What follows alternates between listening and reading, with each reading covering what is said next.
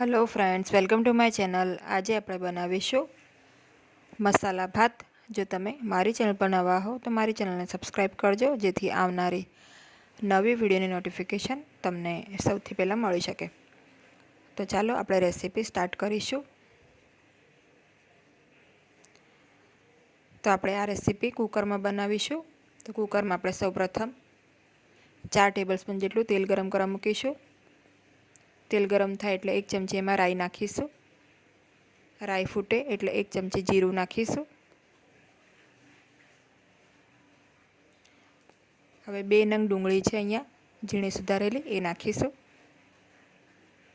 ડુંગળીને આપણે થોડીવાર સોટે કરી લઈશું। લગભગ 2 થી 3 મિનિટ આપણે ડુંગળીને સોટે કરી લઈશું। ગેસની ફ્લેમને મીડિયમ રાખીશું।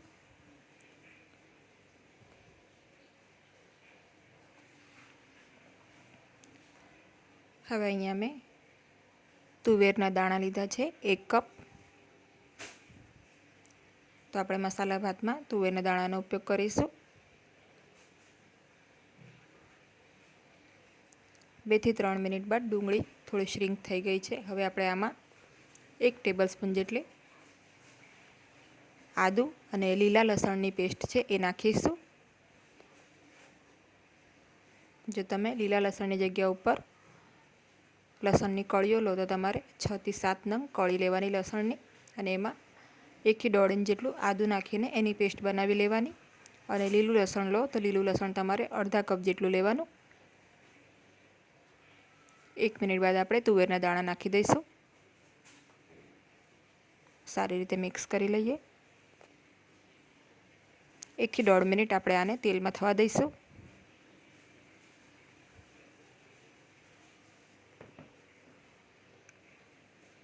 હવે અહીંયા મેં 2 કપ ચોખા લીધા છે। ચોખાને ધોઈને અડધા કલાક માટે પલાળી રાખ્યા હતા।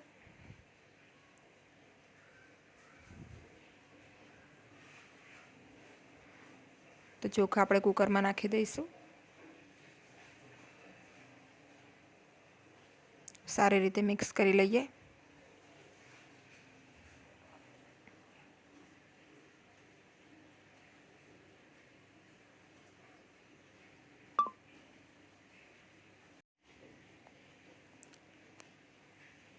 તો આપણે તેલમાં પણ ચોખાને 2 થી 3 મિનિટ થવા દેવાના।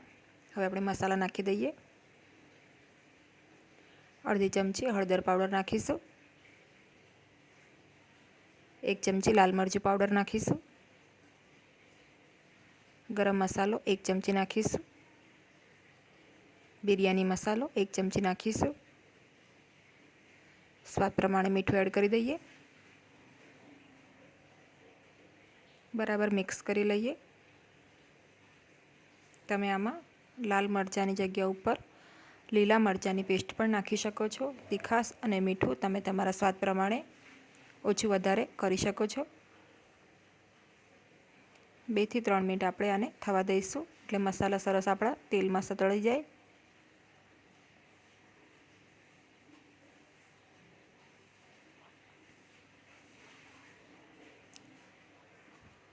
હવે આપણે આમાં પાણી એડ કરી દઈશું। તો 2 કપ ચોખાની સામે મેં અહીંયા લગભગ 4.5 થી 5 કપ જેટલું પાણી લીધું છે। તમે તમારા ચોખાના પ્રકાર મુજબ ઓછું વધારે પાણી કરી શકો છો। હવે આપણે આમાં ફ્રેશ કોથમીર નાખી દઈશું।